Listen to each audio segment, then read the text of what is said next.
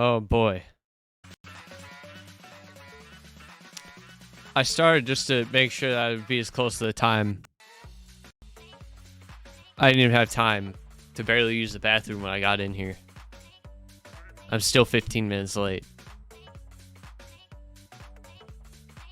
Hey, yo, Twitch, don't fuck around with me. Alright. I said, man. Oh shit, I forgot about that. Yeah, I don't really need you to claim all that, man. 'Cause that's not what's happening. I'm not running an ad every 5 minutes. What's up, everyone? If anyone's even here, still. Fuck. My water's fucking frozen too. I don't know if you can see it. See that little fucking piece of ice in there?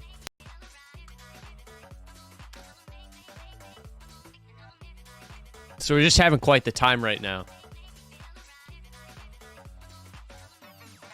What's up, OSW? Please hire me. What's up, Vivoka? This is quite different from what I normally do this, because normally it's light out and it's dark out. Well, I'm glad I have this camera. 'Cause I don't have any lighting in here.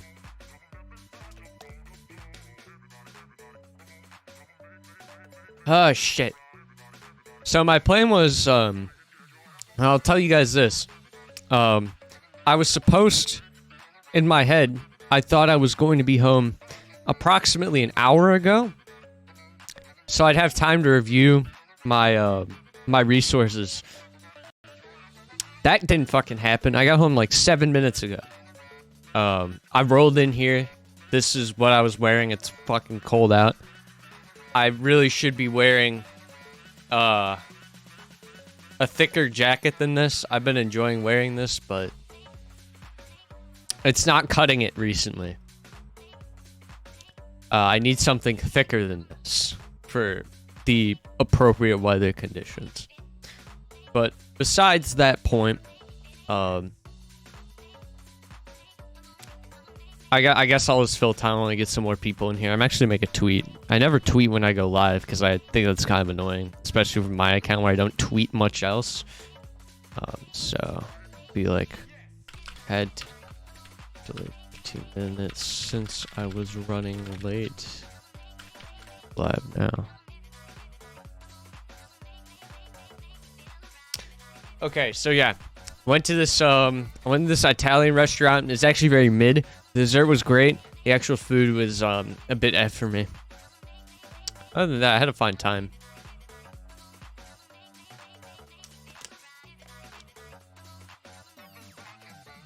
Hi, Italian. What's up, Moose?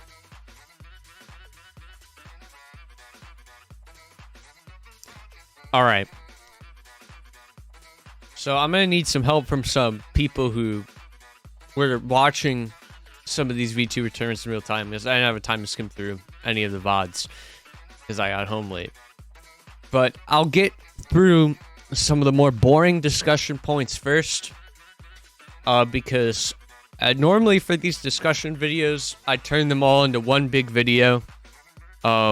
This time, I have 3 different main topics. So I'm not even on time with last week's edit, so I'm fucked. I have to edit 4 videos. So there's one main thing I wanted to talk about though. But before that, let's get into our other stuff here. So let me move my shit around, and we'll get this going. Okay. So first thing I wanted to talk about here, just something I want to briefly bring up. I'm gonna see. There we go. Is you have this blog post from everyone's favorite developer from the Netherlands, Mr. Osk himself, writing an article on his blog titled "Is TETRIS Legal?" A great question to ask for us Tetris folk, because we do a lot of line walking with our shit. And as you can see here, if you skim through it, I've skimmed through this like 3 times, so I'm just gonna kind of talk about what I see as like it comes up. So, you know, obviously inspired by this Tetris movie that came out. I still haven't watched it. I honestly don't know if I will watch it, but just something there to think about a little bit. And then you have the classic line from the United States Copyright Office. Copyright does not protect the idea for a game, its name or title, or the methods for playing it. Nor does copyright protect any idea, system, method, device, or trademark material involved in developing, merchandising, or playing a game. Once a game has been made public, nothing in the copyright law prevents others from developing another game based on similar principles. I think just talk about the classics, like you can't copyright it because of this. Patents protect shit for 20 years.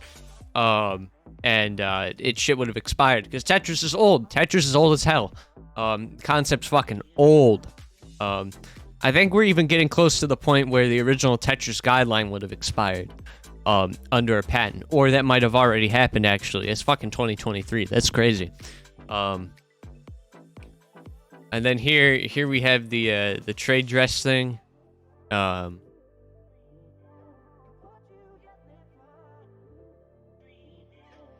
In which trade dress only works for non-technical aspects, and everything about Tetris that is put into fan games is normally technical, so they can't do shit. They can't use the logo. No one does.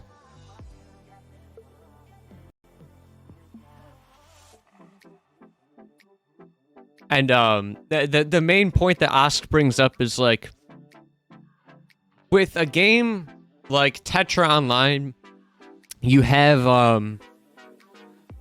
the Steam thing, right? So basically, Tetra Online was distributed through Valve and Steam, and a Tetris company can walk up to Valve and be like, "Hey, motherfucker, you're distributing this thing that looks like my shit.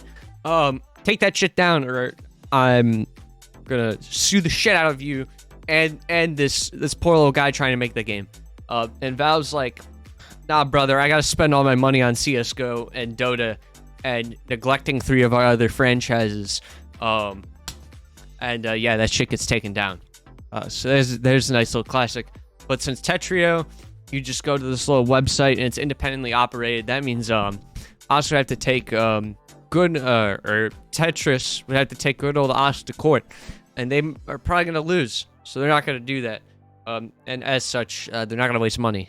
But you know, you can waste your money on, as is noted in this article, Tetris Waffle Maker. If your regular waffles aren't good enough, or for some reason you're crazy and you want to build edible DPC, because you're that obsessed with Blitz mode, there you go. There's kind of our first little topic there, just a little bit of a short one, but yeah. Moral of the story is, Tetris company really likes their property because they can license their brand and make money by doing no work on their own except hiring like 2 PR people, which is kind of fucking crazy, man. Like, imagine that. It's fucking that's a wild way to make a ton of money.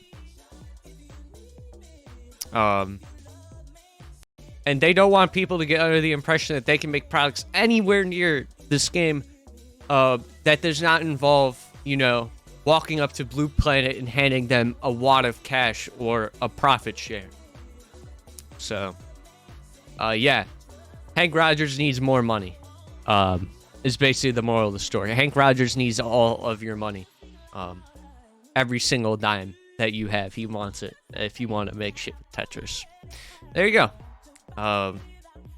Is Tetris illegal? Probably.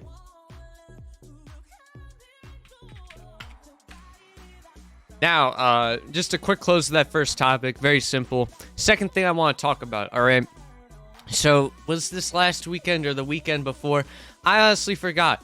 There's this tournament called TETRIS Tour. It's had about 4 iterations.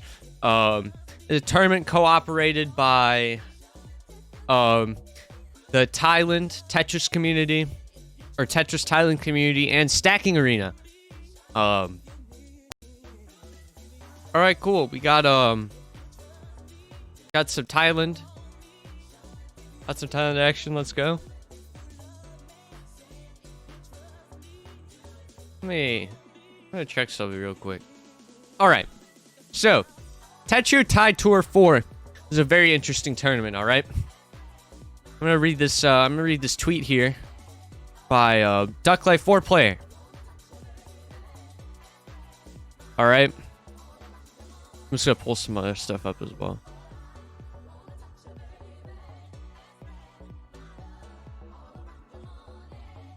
So, this tweet from Ducklife 4 player reads as follows.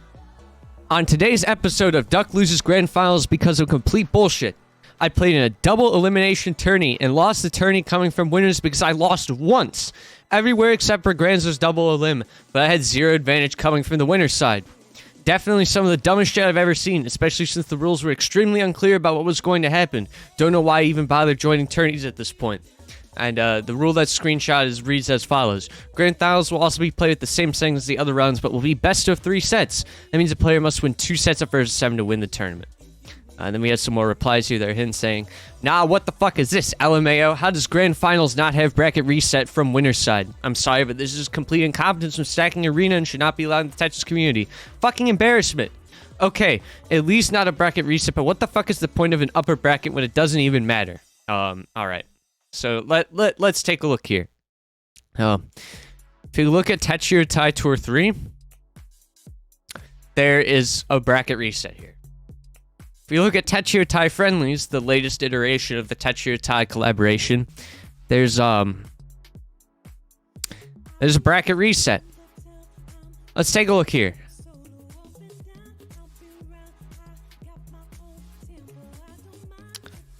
So my question here is, why didn't they turn this off? I thought that would be an easy way to tell. I have to look.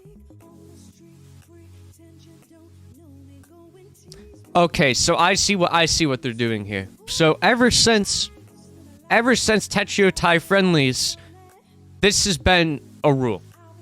I don't know why this is a rule, but it's been there. So this is like a thing. They didn't throw this in.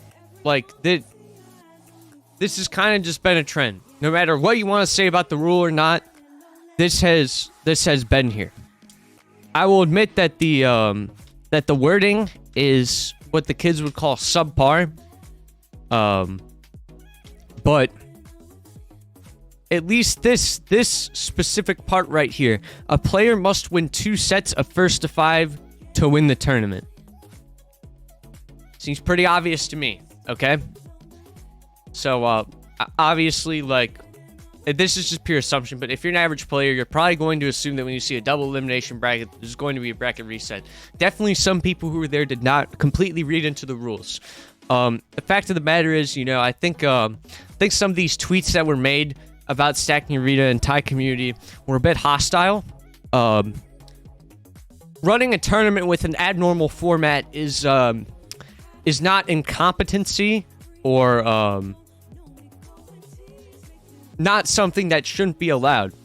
I'm gonna remind you guys about a tournament that I ran about a year ago at this point. So I ran an advertised major TETRIS tournament called Star Cup Infinity, okay? And if you guys remember Star Cup Infinity, you will remember that Star Cup Infinity had a different rule set. It had a wacky rule set, alright? It didn't lack a bracket reset, but what it did have was stocks in a major tournament with like 150 players and blarg and all of that shit. That's what it had. And it had a large prize pool.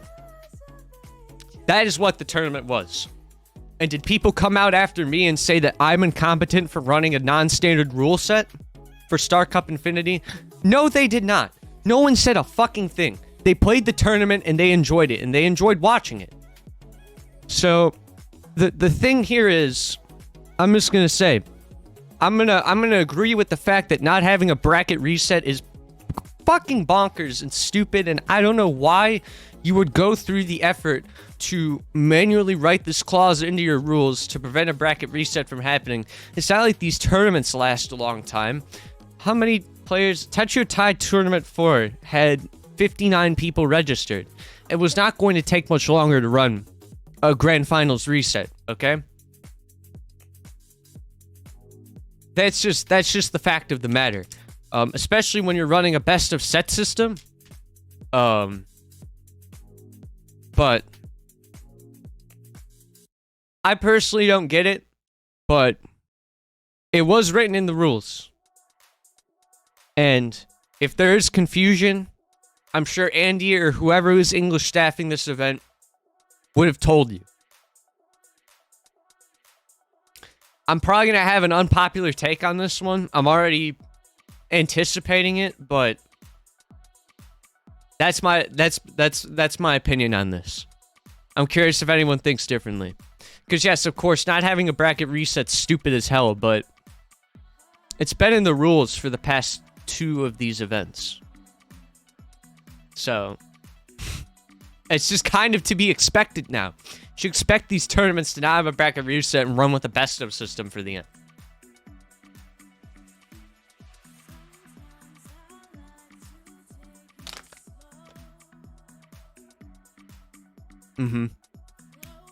And just to make this clear, running a let's just be real here, okay? This, under more circumstances than not, would function the same as a bracket reset. And I'm going to explain this here.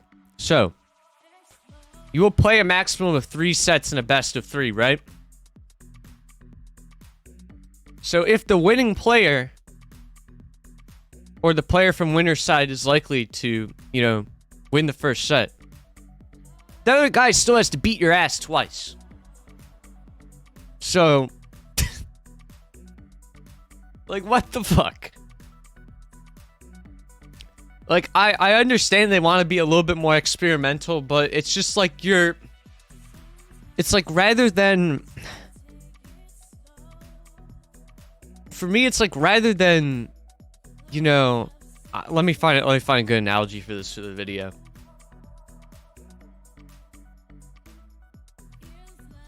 To me, this is like, rather than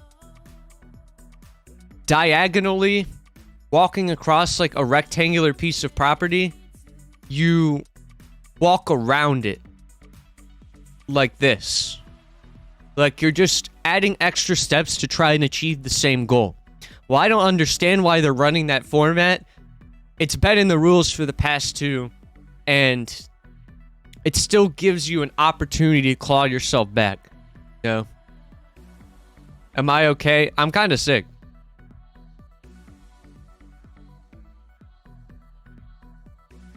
Listen, I don't come up with clear analogies, OSW, but I come up with analogies.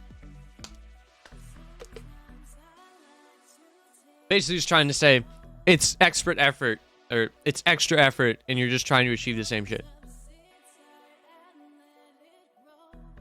Yeah. We do things a little bit less traditionally here, but that's my take on TIE Tour. It's like Duck Brother and just everyone else who's there. Duck and Pixel guys can read the rules. No hate to any of them, but it's just like shit.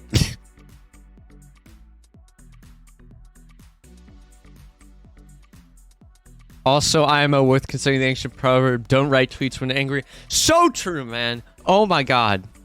I'm just gonna say something. When you're not feeling good, Twitter's not a good fucking platform to try and write shit on. If you're not feeling good, Twitter's a great place to look for stuff, like art and whatever. But like, damn. I don't want to tweet when I'm angry.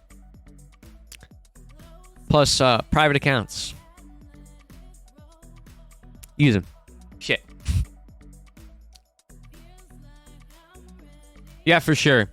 I just felt like it was. It was something I could touch on real quick. I don't even know if I'll turn it into a video.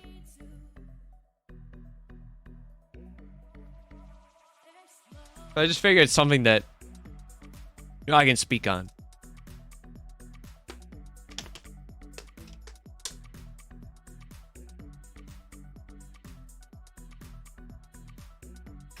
Yeah, I didn't even talk about what was quoted.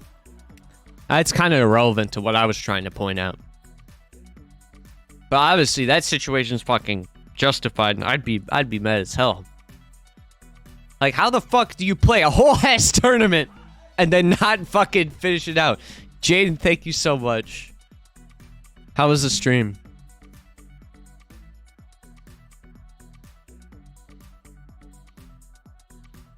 Stream was good. Let's go. What's up, everyone?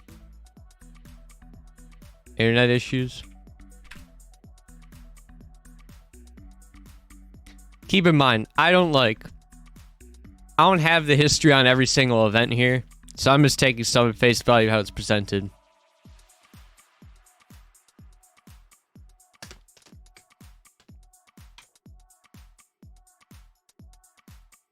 Because, like, if I just hear, like, Duck's teammates bailed, I'm like, oh, fuck them.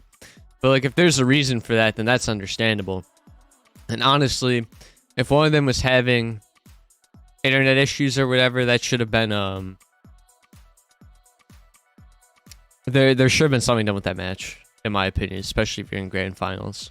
What's up, Anamara? Assume Dingo. Snoopy will pop against Super Nuba.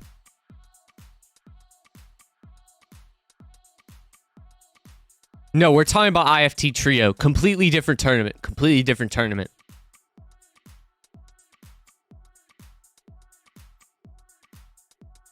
If you don't phrase it perfectly, yeah, that's just how it goes. That's why I'm really careful when I edit these videos, because speaking improv and live is much easier, like, just to a stream, because you can clarify yourself with the live chat. But when I edit, I have to, like, I cut more shit out usually when I edit these than I want to, just because I want to make sure that everything I'm saying is, like, a statement that makes sense. Because let's be honest, if you watch these things live, I ramble a lot. I talk about random fucking shit. Like we're doing right now. So, yeah.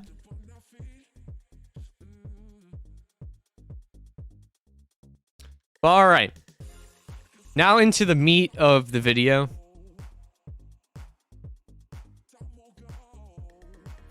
Kind of what I originally wanted to make this on. PPT. Meat. This is halal. Halal, this one's. But yeah. PPT, experiencing another come-up period. Always happens during the springtime. We love to see it.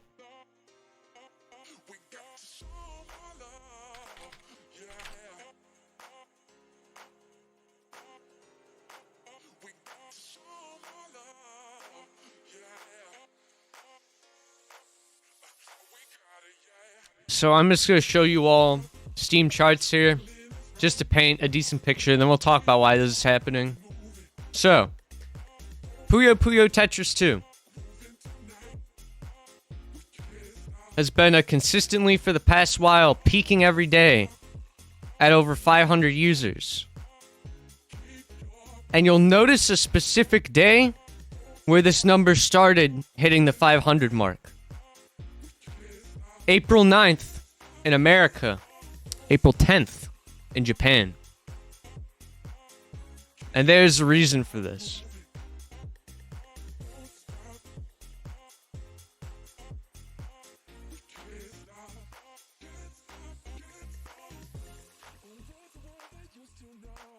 Let me pull these up. Forgot to open my tabs in another window.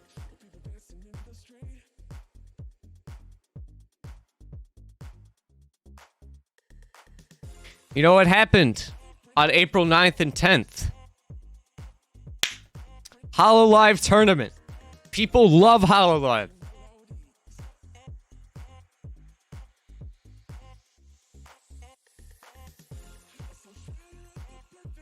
Which we translate this roughly says at like, I can't convert time in my head, at like fucking 9 p.m. HoloLive Puyo Tetris tournament. And this shit was live. So, Pecora streamed this. Just as, like, a disclaimer here, I don't watch VTubers, so this is all, like, kind of very interesting to me. I don't really watch them. The only VTubers I watch are, like, the ones from our community. Announcement stream. Allegedly. Yeah, they got, like, 109 fucking people in here. I was just gonna say something, alright? As someone who works on tournaments and adds people's webcams, I feel bad for whoever's operating this. You...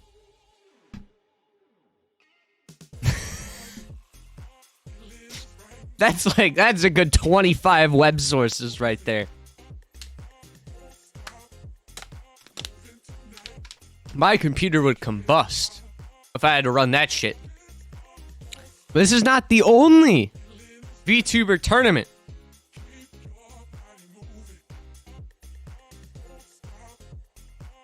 Ladies and gentlemen, the English VTubers are doing it too. So they had this on April 7th, just a few days before. Some shit's going down. I paused this video, but it didn't actually pause. But yeah. So not only the Hololive did it, Niji Sanji. I don't know how to say that. This is literally my first time ever saying this agency's name out loud.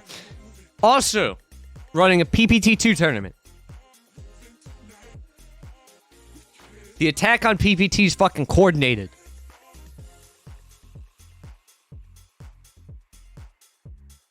And let's see. I did want to show this, but yeah, I wanted to look at this agency specifically. Oh my god, my camera. Let me say that again. Once this all loads. I don't know why their website's so bad. Well, they have a concert the day before my birthday. Jeez.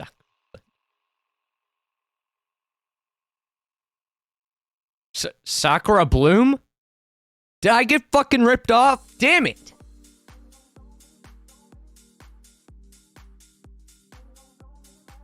Fuck!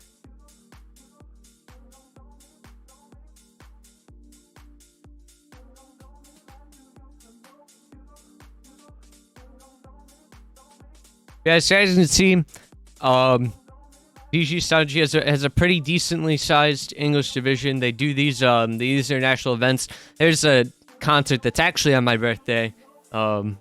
Big shout outs. Watch it if you like VTubers singing, I fucking guess. But yeah.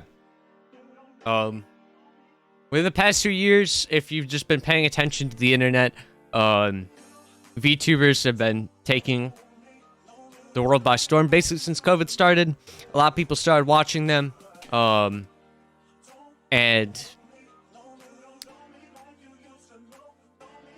this, in my opinion, was just like, this is a great way to, give this game a boost.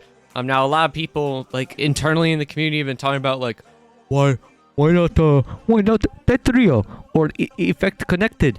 And so here's one thing that TETRIS and TETRIS Connected do not have.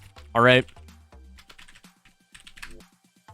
And obviously there could be more like licensing or like deal related stuff to this, but I'm just gonna put this in the simplest way that I understand this possible. Okay. If I can find a good fucking image.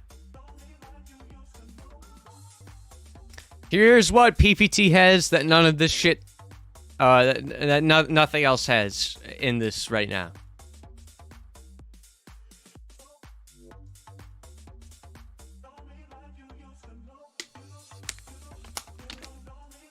Have I made myself clear?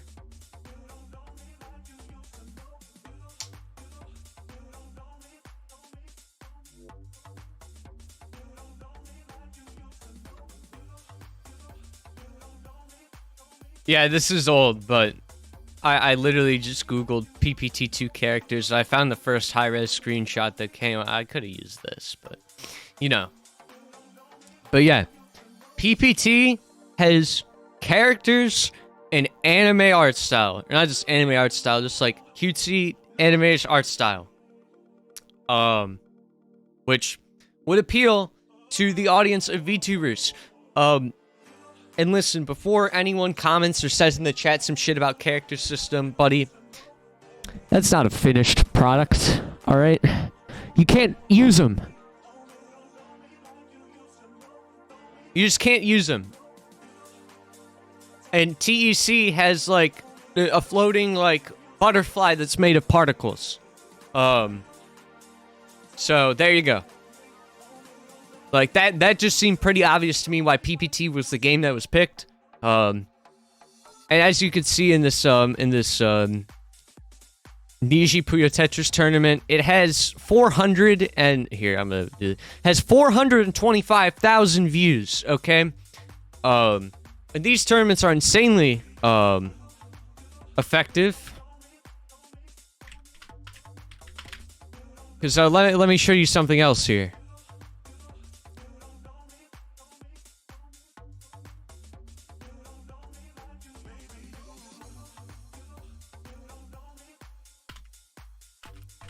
I forgot to save this link, so it's gonna take me a second.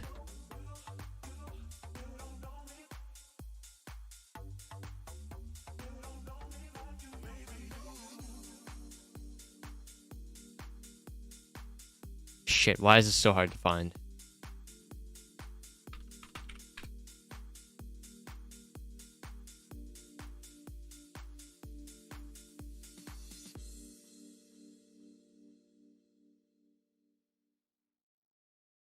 Got it. All right. So as you saw, that last tournament had 400,000 views. And the grand finals for the Puyo Championship Season 5 had 174,000 views, which was produced in an actual venue that sold tickets and had a stage and, like, production staff. And each of the individual tournaments, some of them have less than 100,000 views. So, just, and that's not even including the numbers from the HoloLive tournament. Those two tournaments combined are outperforming marketing Puyo, not only just in Japan, but also around the world. Has probably outperformed the entirety of Puyo, of the Season 5 of the Puyo Championship, and half of Season 4, at least. And I feel like most people who will be seeing this video do not even know that there's a Puyo Championship. You guys probably don't even know that. Some of you might, because my stream viewers are probably more enthusiasts than some of the people who catch this on YouTube. But a good chance is probably at least 40 or 50% of people who end up seeing this video have no clue that what I just showed you existed.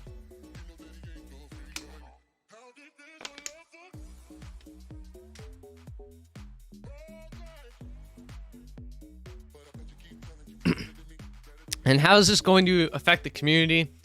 As Rick just asked. So the way how this is going to impact us, I think it's worth noting to not expect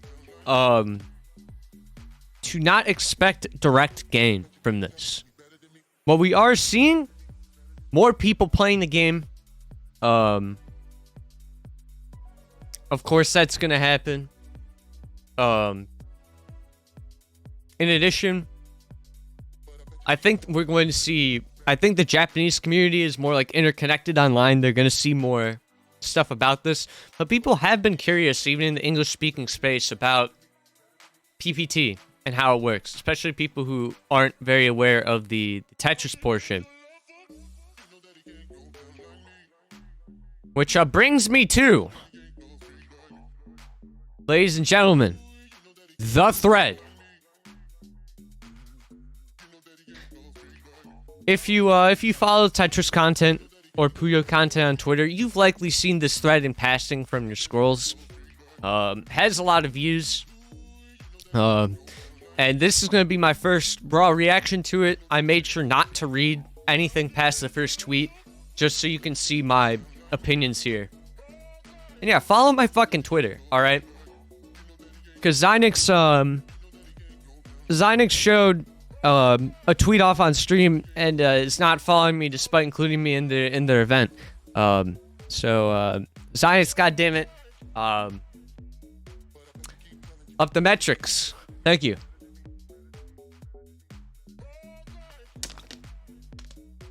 So yeah. Hold on, what is this?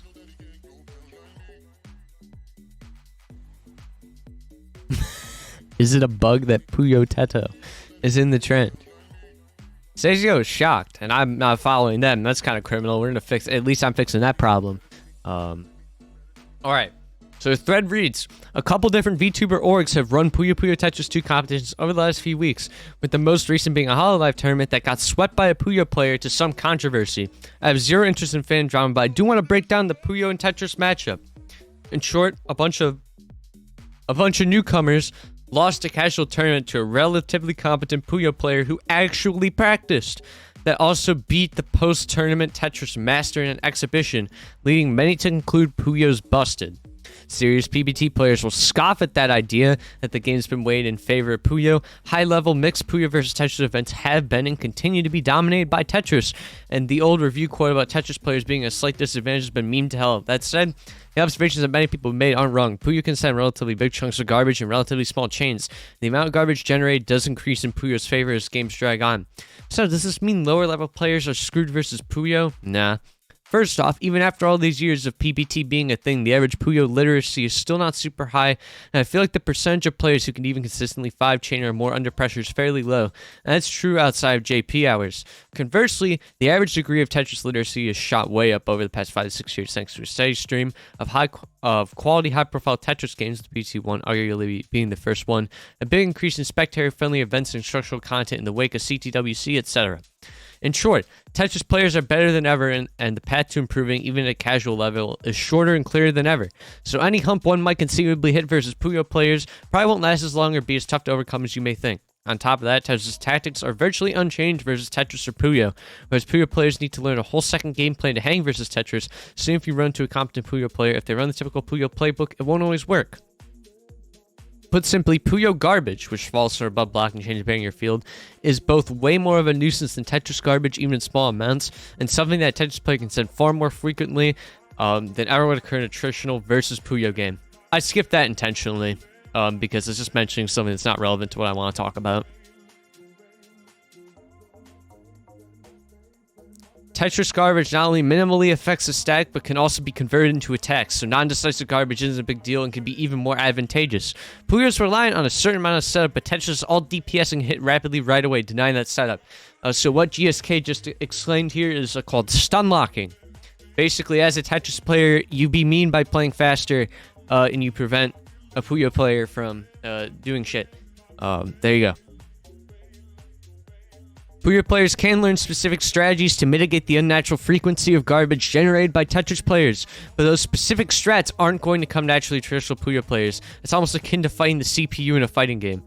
So as long as the Tetris player can maintain a certain degree of speed and offense, they'll have the advantage. That's true at all skill levels, so long as you're consistently attacking and you don't even have to be that quick to stuff out a Puyo player with equivalent skill. Hololive Exhibition demonstrated a common Tetris hurdle. The Tetris player would slow down when they weren't on defense, which dragged the game out to the point where margin time kicked in and allowed Puyo to hit harder and get the kill. Consistent offense is key. Yes, I recognize that becoming a faster, more consistent player is easier said than done, but again, I contend that Tetris players can make bigger gains at a quicker pace than Puyo players, whether or not they take advantage of the vastly wider array of resources out there. And I think that's all I need to read to kind of get the point underway. The basic fact of the matter is, if you put any form of somewhat experienced player up against complete newbies in a tournament bracket, they're going to make anything look busted, okay? Because in puzzle games like traditional improvement graph and FPSs, you kind of start at a basic understanding of how movement and shooting works, and then you go linearly up. And then when you start playing a puzzle game, you're directly at the bottom, and when you're first improving, your improvement graph is like Here, where could I align my fingers properly? It's like in a couple of weeks of practice, you're going to look so much better and more experienced, even if you didn't learn a lot, than when you start playing, right? So the problem is that, you know, if you're trying to show off and market a game or market content in such a way where you're running a tournament like that, you need to make sure that shit's relatively balanced. You just need to make sure it's happening. In show matches, shit needs to be balanced. That's why we don't let any average Joe fight OSW or Jaden in a PUYO Tet World Fight Night, because it's not good content. It's admittedly not good fucking content. And an ad's about to start, so I'm gonna wait until the ads are finished to keep doing the discussion. We can just shoot the shit. Because I can't delay the ad any longer.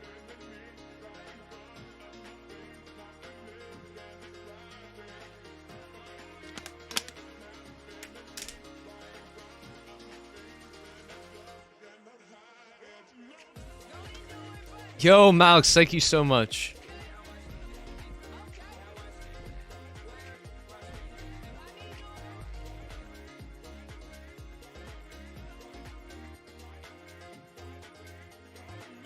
OSW, I have the best alerts in the community. No one beats my fucking alerts. No one ever will beat them.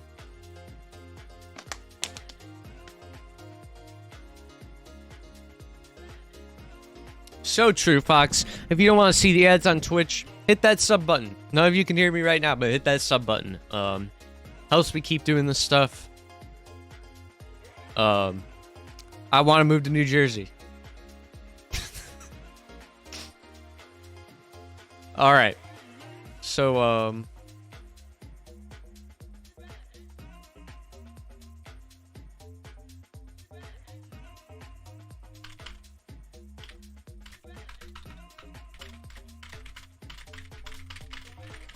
I think my add in progress timer glitched.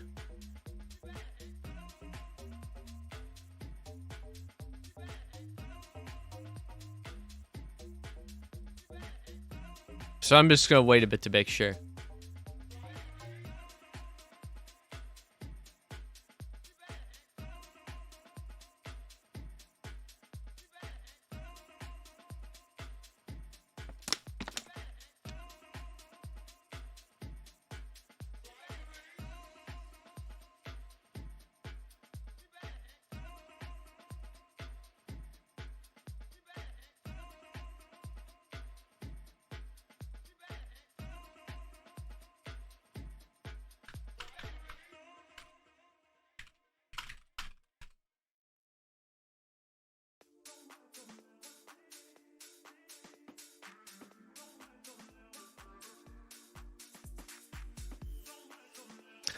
Let's all cheer OSW on as he gets through these ads.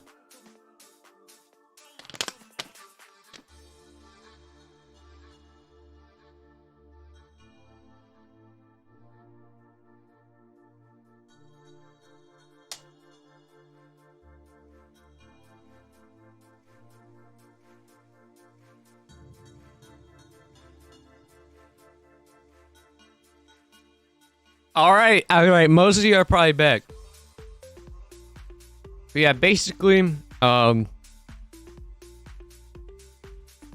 mixed versus is always going to be a rough road for trying to show off and promote the game.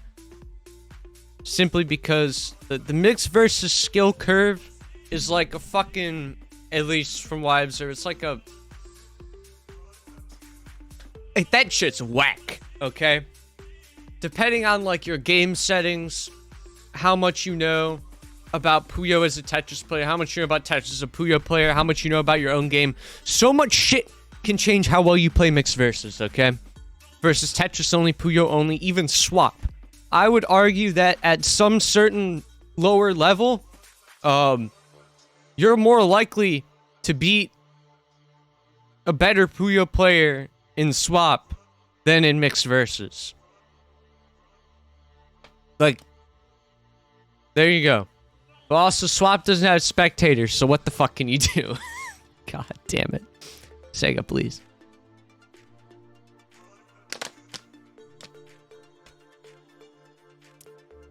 But I think if the main point I want to drive home and talking about this, bringing awareness to this is even if you don't traditionally watch VTubers or watch VTubers play Tetris, I think that interacting with and supporting these events, just like posting clips on Twitter, tweeting under the hashtags, as a community, we're gonna have a chance to benefit from all this pull that these agencies are bringing in.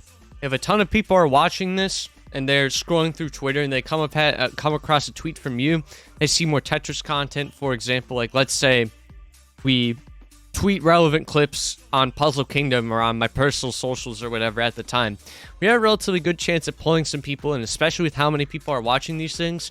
I know a lot of people, just from scrolling through tweets that have been made about it, are more interested in seeing more of this game. It's our job to make sure that we are being accessible and that there are places for people to go to be able to experience PPT, experience Tetris, experience PUYO. Shouts to Puzzle Kingdom, PUYO Tet World, PPT Journeys.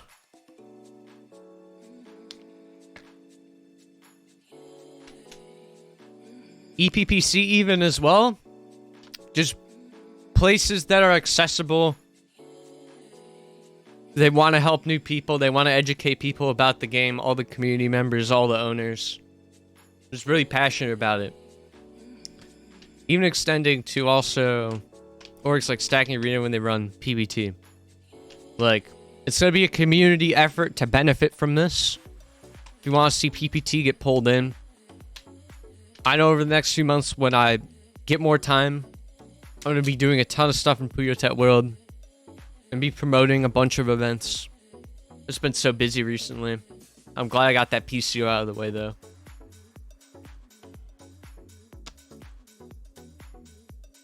But yeah, the main point that I wanted to bring up with this HoloLive thing is it's going to be our job as a community to make materials that will reach out like GSK, or to get people into our community, like hosting stuff in PTW. That we want to, you know, host bigger tournaments. Like make PTW, PPTJ, and whatever just more accessible. Bigger places. Tweet more about them. All that stuff. Also, you motherfuckers never tell me ideas until right before you want them done, goddammit. Like, no one fucking tells me shit. Y'all just DM me like the day before you want shit done and you're like, hey, Edge. I've been scheming, came up with a great idea, finally wanted to share it with you. Motherfucker, shared it with me 3 weeks ago. God damn it.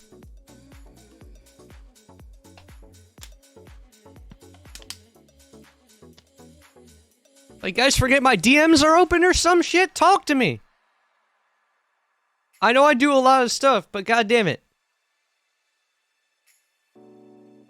Listen, I'm not a guy who shuts down ideas. I build on them, man. Like, Zahn pitched an idea to me that I still want to do. We were going to do it before square one, but just the time and whatever isn't there with my personal schedule. I built upon it, you know, and we're actually going to make it into a product. Keep your eye out for that. You probably do OSW. We talk about it in the mod channel in PUYO Tet World. But yeah, I love building on shit, so I make the best stuff.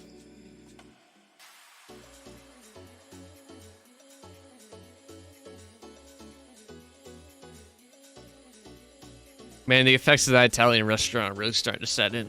Shit. Oh, I talked about this, but okay.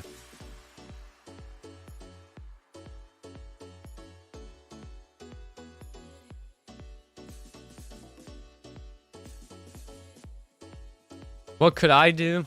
I think PPTJ is in a unique scenario. In a new player influx, PPTJ has a lot to benefit from with the ideas and what it wants to do. I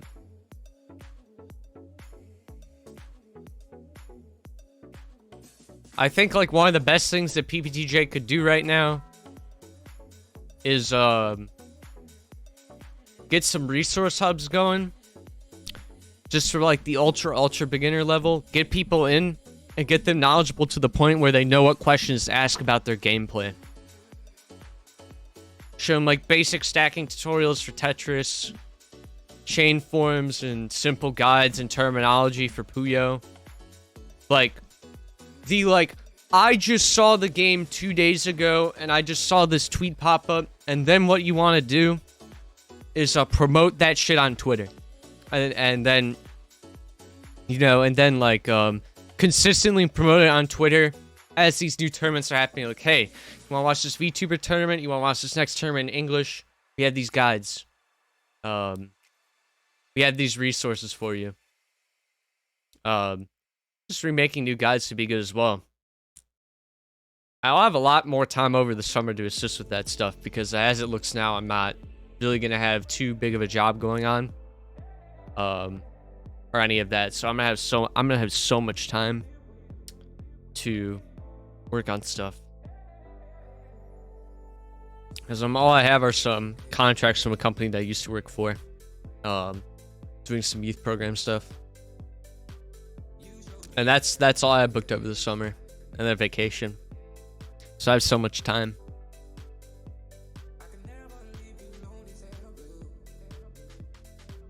But yeah, I think that sums up the points.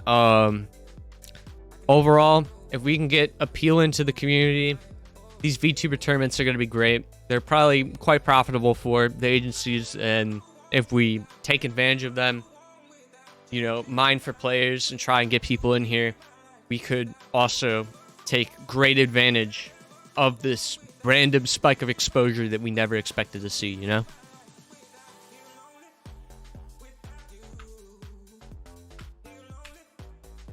And some more formal discussion. We're probably going to cut the video there, but we can just hang out and talk a little bit.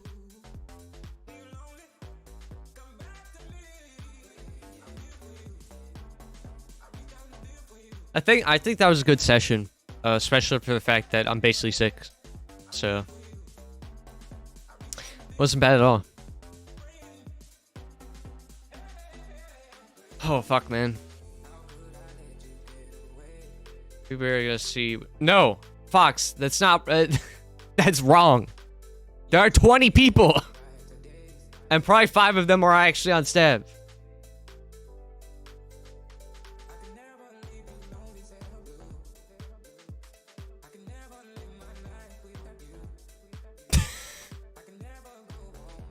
God damn it.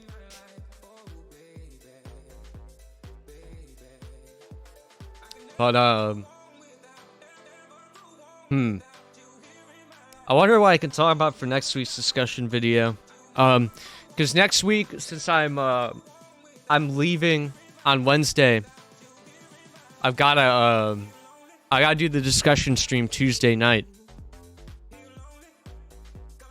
If there's no event going on, then it'll probably be more casual oriented.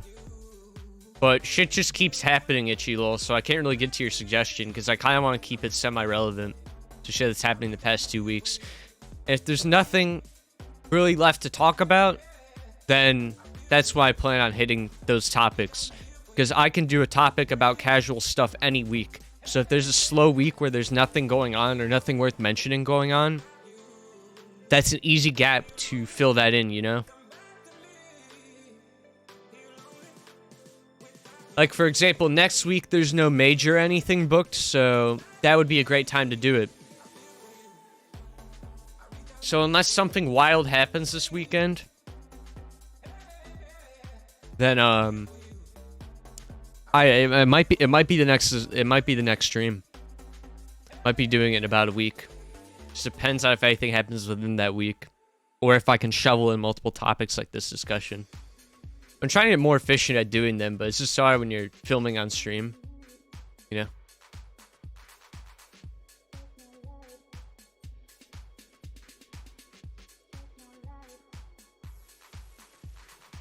Now, if I was feeling more well, I'd probably speedrun for a little bit, but fuck, I can't do that today.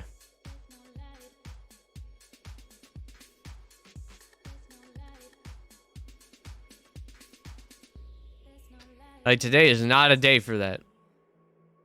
If you better with the speed, it'll be over with faster. I mean, true. But I probably don't feel well to perform. I probably don't feel well enough to perform anywhere decent.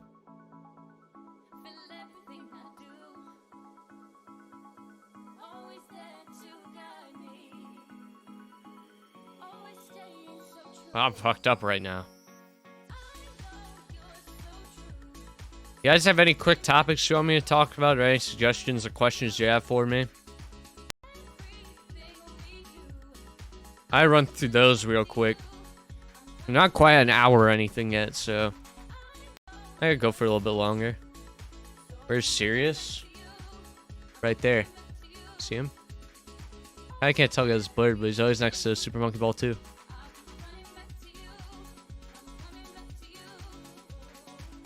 What do I think of anti-rank cap tournaments as TETRIS rank only? The answer's probably pretty obvious because I ran a big one last year. I think they're fine. They're great content. I'm kind of a content guy.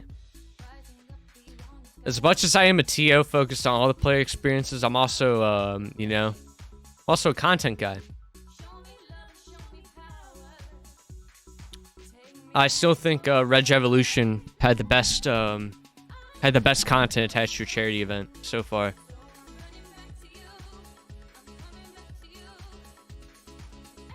Who knows if it'll get beat this year? But I still don't think anything's beat it. I'm saying that largely from an unbiased perspective because other than running the stream and finding software to host a Jeopardy board, I did fucking nothing for the Reg Evolution content. That was all written by Renge and Modest, all the skip partners. I had very little to no impact on any of that stuff that you saw. I was just there to make sure that shit didn't break when it was being shown. I'm still insanely proud of that tournament. That's why it's still my Twitter banner. I think Reg Evolution is the most impactful project that I spearheaded. So I did work a lot on last year's Square One, but I wouldn't call myself a spearhead. I was just a very large contributor, whereas Reg Evolution was like, that is a child of myself and Renge. It's my fucking child right there. Am I asking how to run a TEC event with Andy for Stacking Arena? Like, let's be honest, all right? I think the TEC seasonal events should stay rested. I don't think they should be brought back. They are never very adequately managed. When I tried to help them, it was very hard to work with them. Lay at rest. I think that's the best. I think that's the best call for TEC seasonal. As for another original event, Stacking Arena really needs to get on that. One thing I might do a discussion stream on is like, I've thought about doing streams about marketing events or how to run events well and all that stuff. Biannual or annual? Could do bi-monthly. So one thing I really think Andy needs to do is I think Andy should work more on his own stuff rather than trying to restream everything. It's going to benefit Stacking Arena a lot more. If Andy can convey his own ideas. And Andy has great ideas. Like, if you see the design for the cushion that Andy put on the Square One store, it's a nice looking pillow. The art on it's really good. The character designs are very nice. So Andy definitely has potential to come up with great marketing for originals. And I mean, already running countless restreams and collaborations with other people, just mainly putting their ideas to life. I think it's time for Andy to to start using his energy on his own ideas. Like that's just like the simplest way to put it, I think. Staging Arena can do so much, and Staging Arena hasn't really done much of that since their first tournament, which was Ragnarok. Like there hasn't been a lot of that since then from Staging Arena. That's just kind of a shame. So I know Andy comes up with some very interesting ideas. I just want to see them execute, you know? Yeah, the Tetra one's true, but most of them these days, like, there are only a couple of those. Pianoforte is collaboration, so is Thai Tour.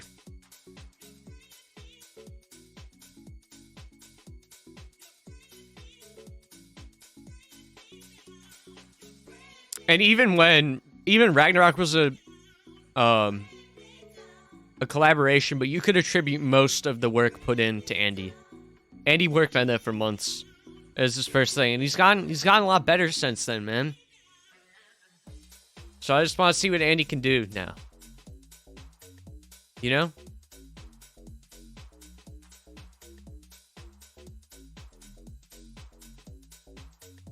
And since we're talking about what people can do, because Moose and I talked about this recently. This is going to be my weekly call out to Jed to stop being stubborn and make a marketing packet for Team TSD. God damn it. You can get sponsored. I swear to God. I swear to God, Team TSD can get sponsored. Their average viewership's more consistent than PK because we fluctuate. I'll just be honest with you right there. PK's viewership fucking fluctuates. Team TSD got... Jed, please. Jed, it's not hard.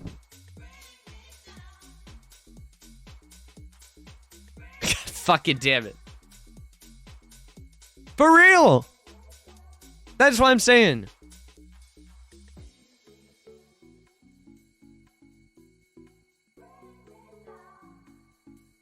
Jed Wallet would be like so poggers.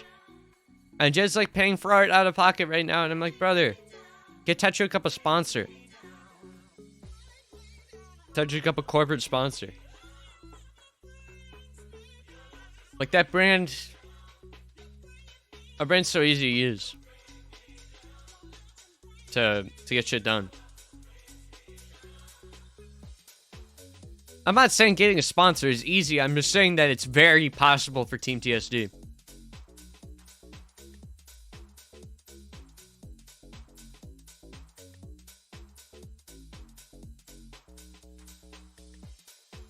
And are you talking about an original or a restream?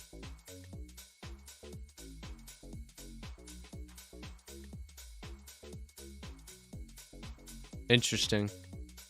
I wonder what would be holding you back from holding that then.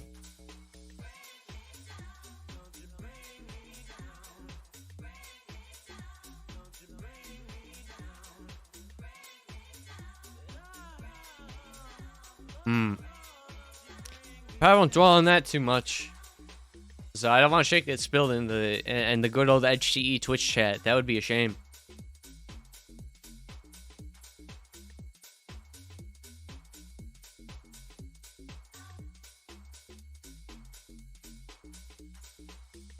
Open monthlies. You do open monthlies all you want, but it's just like my factor is like running bi-monthlies or tri-monthlies. They're not bi-monthlies, but running an event every other month or every 3 months. That's like big and you put a lot of effort into marketing it. I think is to do better than adding another monthly series. You can just keep running that one, and then add a bigger event onto it. It'll benefit you a lot more.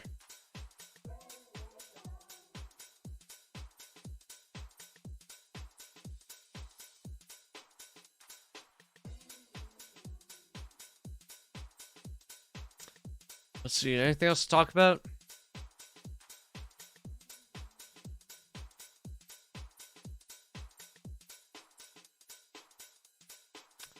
Not sure.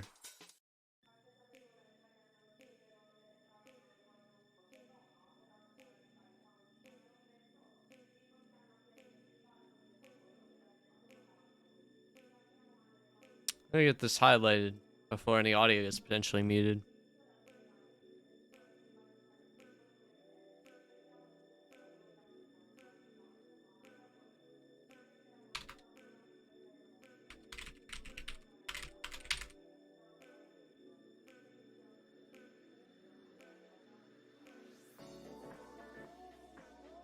Did you show him off? You... What, this keychain? Stupid face. It's gonna try and focus on me.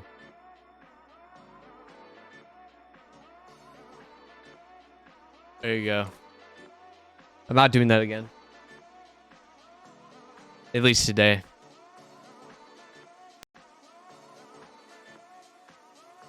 My bad.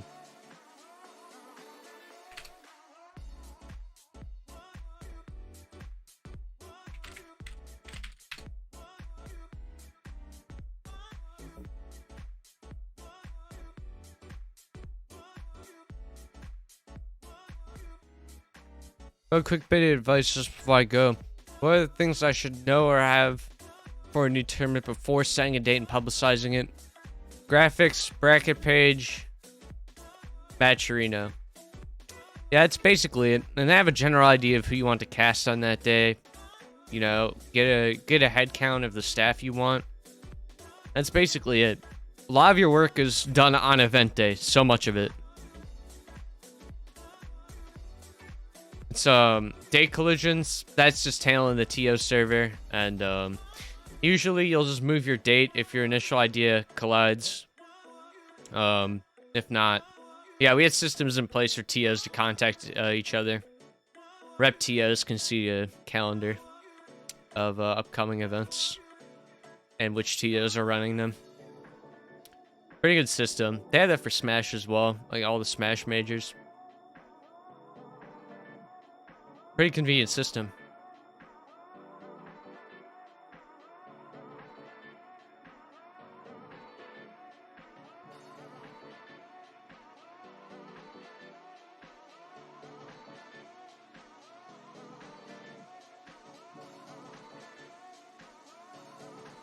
Yeah, very neat. Yeah, I don't know if there's much to talk about. I'm gonna see if there's someone to raid, unless we come up with like a banger topic.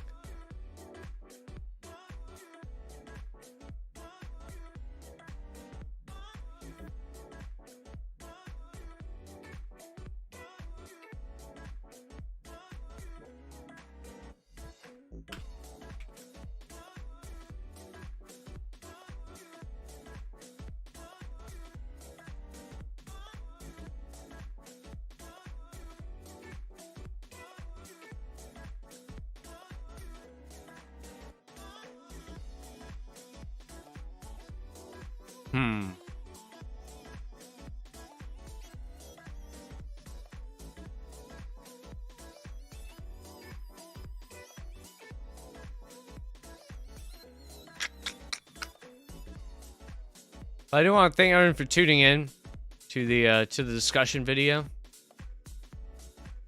I really appreciate it. Everyone who supports these, they're super fun to do. So thank you all for watching them. Does this take a little bit to come with these ideas, stream it, edit it, all that good stuff. Alongside all the speedrunning stuff that I want to do on stream. But yeah.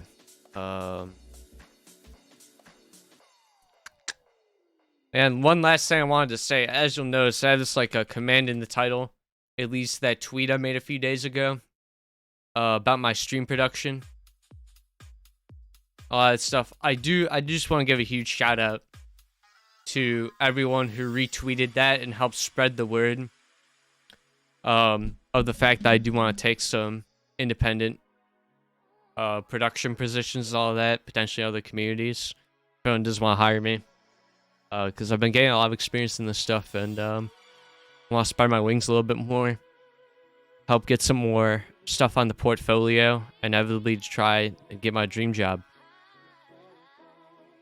I already did the command recently, Davo, so it's not gonna let you do it again.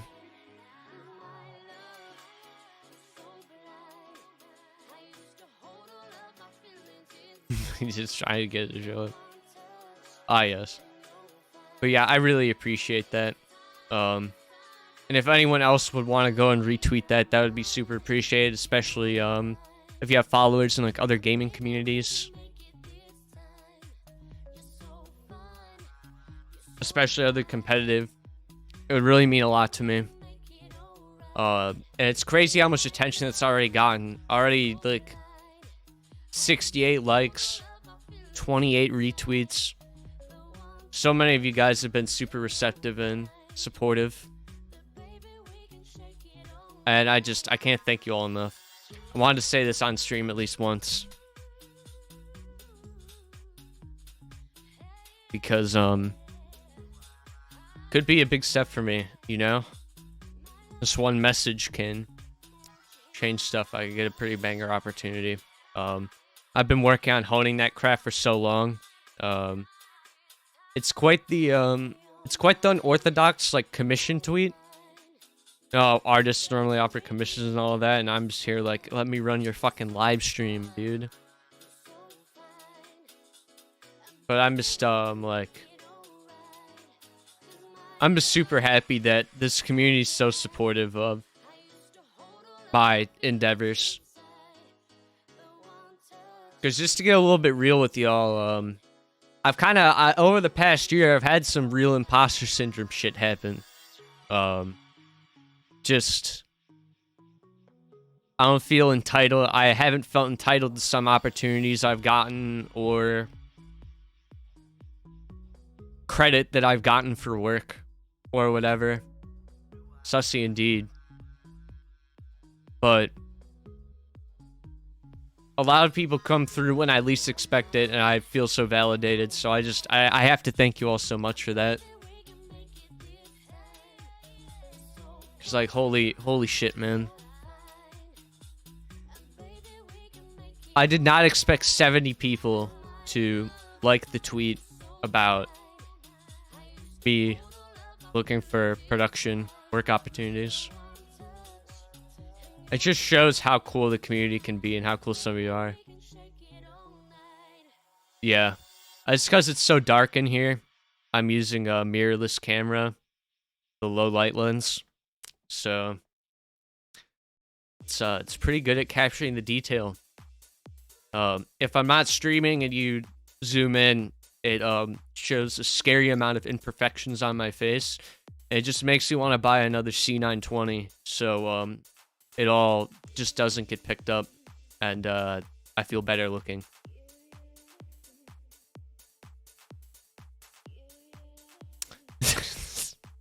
Oh my god. Yeah, okay. Double checking. See if there's anyone I feel like rating. Doesn't Gar upgrade his webcam? His facial imperfections became visible. Yeah.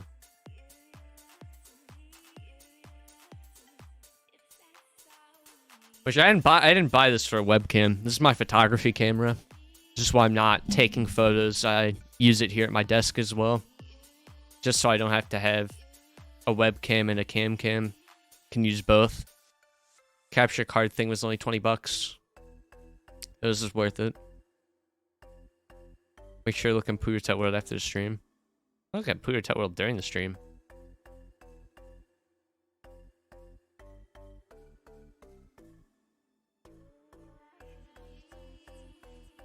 Yeah, I'll see what's going on. Anyways, if we don't get any raid suggestions here, I might just hop off. I haven't checked TEC actually. I checked PPT and Monkey Ball and all that.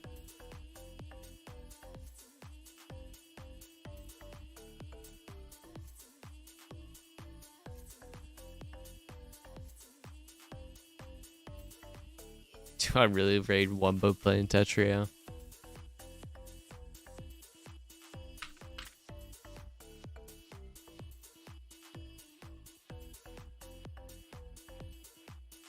Alright, everyone, go enjoy that. And I'll see you all later. Have a good time over there in the Wumbo stream, everyone. I'll see you all in tomorrow's stream. If I'm live tomorrow. I don't know if I'll be live tomorrow. But see you all in the next stream. Adios.